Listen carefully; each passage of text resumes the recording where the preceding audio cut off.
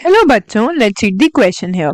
At a certain regatta, the number of races on each day varied jointly as the number of days from the beginning and at the end of regatta up to and including the day in the question. ठीक है. On 3 successive days there were respectively 6, 5 and 3 races. ठीक है. Which days were these and how long did the regatta last? तो ये सबसे पहले तो question हम देख लेते हैं किसका है. तो इसका की कॉन्सेप्ट भी उसी में से आएगा. ठीक है. This is the question of variation. ठीक है. अब वेरिएशन के अंदर क्या है, फेयरली सिंपल रिलेशनशिप्स होते हैं. ठीक है. सिंपल रिलेशनशिप्स होंगे या फॉर्मूलाज होंगे. सिंपल रिलेशनशिप्स और फॉर्मूलाज. ओके.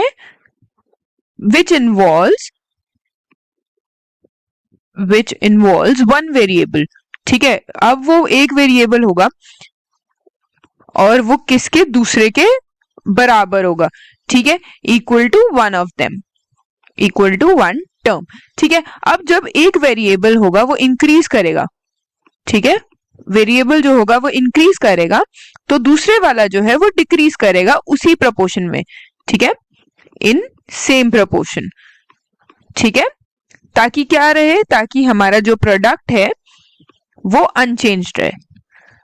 अच्छा चलो अब जरा क्वेश्चन पे आ जाते हैं कि हमने क्वेश्चन करना कैसे है. ठीक है. तो क्वेश्चन करने के लिए अब हमें सबसे पहली इक्वेशन देख लेते हैं. जो हमारी फर्स्ट इक्वेशन होगी वो क्या होगी.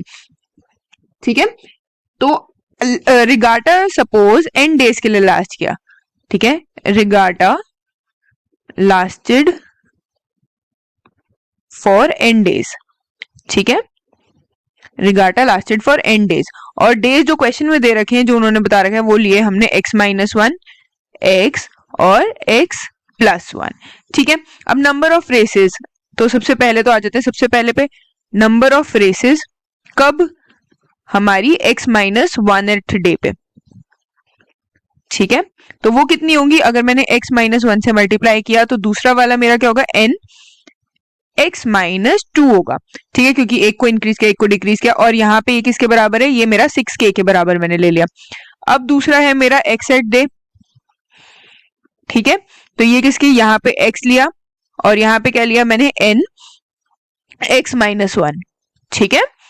और ये हो गया मेरा 5k के बराबर. अच्छा हमारा थर्ड वाला क्या है, x+1th डे है. ठीक है.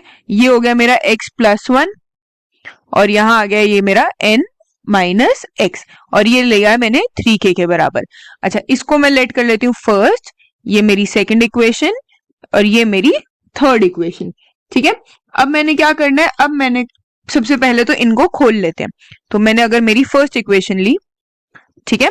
फर्स्ट इक्वेशन ली x-1 और यहाँ पे क्या है n-x+2 और ये बराबर है मेरा 6k के. ठीक है. तो यहाँ पे अगर मैं लेट कर लूं तो ये आ जाएगा मेरा n(x-x² प्लस 3x-n-2 और ये बराबर हो गया किसके, 6k के. अच्छा जो मेरी दूसरी वाली इक्वेशन मैंने ली थी तो उसको मैंने क्या किया, x(n-x+1) हो गया और ये बराबर है मेरे 5k के बराबर. ये हो गया मेरा n(x-x² plus x equal to 5k. ठीक है. अब मेरी जो थर्ड वाली इक्वेशन थी वो क्या थी मेरी, x+1 n-2 के बराबर. ठीक है. तो इसको मैंने ओपन किया तो ये आया मेरा n(x-x² plus n-x equal to 3k. ठीक है. अब यहाँ पे मैं जरा फर्स्ट और सेकंड इक्वेशन को माइनस प्लस कर लेती हूँ. तो यहाँ मैंने 1 में से सेकंड इक्वेशन माइनस की. ठीक है. तो यहाँ पे वैल्यूज डाल देते हैं जरा, n(x-x² plus 3x minus n-2 minus nx plus x² minus x और ये आ गया मेरा 6k माइनस 5k के बराबर. ठीक है. यहाँ पे अब जो उनसे कट रहे हैं हम उनको काटेंगे, nx से nx कट गया, यहाँ पे मेरा x² से x² कट गया. ठीक है. और हमारी फाइनल इक्वेशन क्या आ गई वो लिख लेते हैं. तो ये आ गई मेरी 2x minus n-2 equal to k और इसको मैंने लेट कर लिया सपोज फोर्थ इक्वेशन. ठीक है. अब मेरे को अगली एक और इक्वेशन चाहिए तो उसके लिए मैं क्या करूंगी, मैं सेकंड इक्वेशन में से थर्ड इक्वेशन माइनस करूंगी. ठीक है. तो nx minus x² plus X minus N X plus X square minus N plus x equal to 2k के बराबर आ गया ये। ठीक है, अब इसमें से जो कट रहा है वो काटो। तो इसमें से क्या क्या कट रहा है, मेरा एन एक्स से एन एक्स कट जाएगा, मेरा एक्स स्क्वायर से ये एक्स स्क्वायर कट जाएगा। ठीक है, तो इसकी वैल्यू किसके बराबर आ गई यहाँ पे मेरी 2x माइनस एन, और ये किसके बराबर है मेरा 2k के बराबर। अब ये हो गया मेरी फिफ्थ इक्वेशन।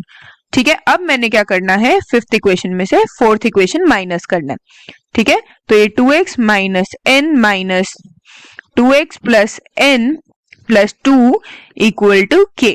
ठीक है, अब जो कट रहा है वो काटेंगे, यहाँ से n से n कट गया मेरा, यहाँ 2x से 2x कट गया, तो ये मेरा k आ गया किसके बराबर, 2 के बराबर। अब मैं यहाँ से चेक करती हूँ, यहाँ पे फ्रॉम फिफ्थ, मतलब जो हमारी फिफ्थ वाली इक्वेशन है उसमें वैल्यू डालेंगे हम। ठीक है, तो ये हो गया मेरा 2x minus N equal to 4, तो n मेरा किसके बराबर हो गया, 2x माइनस 4 के बराबर। अब मुझे क्या करना है, सब्स्टिट्यूट करना है। ठीक है, सब्स्टिट्यूटिंग n एंड k। अब मेरे पास n की वैल्यू भी है, k की वैल्यू भी है, किसमें पुट कर देंगे, हम कर देंगे सेकंड वाली इक्वेशन में पुट। ठीक है, तो अगर मैंने पुट किया तो यहाँ पे इक्वेशन क्या है मेरे पास, nx minus x square plus x equal to 5k, ये तो मेरी इक्वेशन है। तो वैल्यू डाली तो ये आ गया मेरा 2x minus 4 into x minus x square plus x equal to 5 into 2, क्योंकि हमारे पास k की वैल्यू 2 के बराबर थी। खोल देते हैं हम जरा, 2x square minus 4x minus x square plus x equal to 10। तो इक्वेशन क्या आ गई मेरे पास, आ गई x square minus 3x minus 10 equal to 0। ठीक है, अगर मैं इसको खोल देती हूँ तो ये आ जाएगी x minus 5 middle term split करके और x प्लस 2, तो x इक्वल टू 5 और x इक्वल टू माइनस 2। अब माइनस 2 पॉसिबल नहीं है, करेक्ट, तो माइनस 2 हमने रिजेक्ट कर दिया और हमने x की वैल्यू किसके बराबर ले ली, 5 के बराबर। ठीक है, x हमारा आ गया 5 के बराबर, n आ गया मेरा 6 के बराबर। तो अब हमारे पास फाइनल आंसर जो है कि रिगाटा लास्टेड फॉर 6 डेज।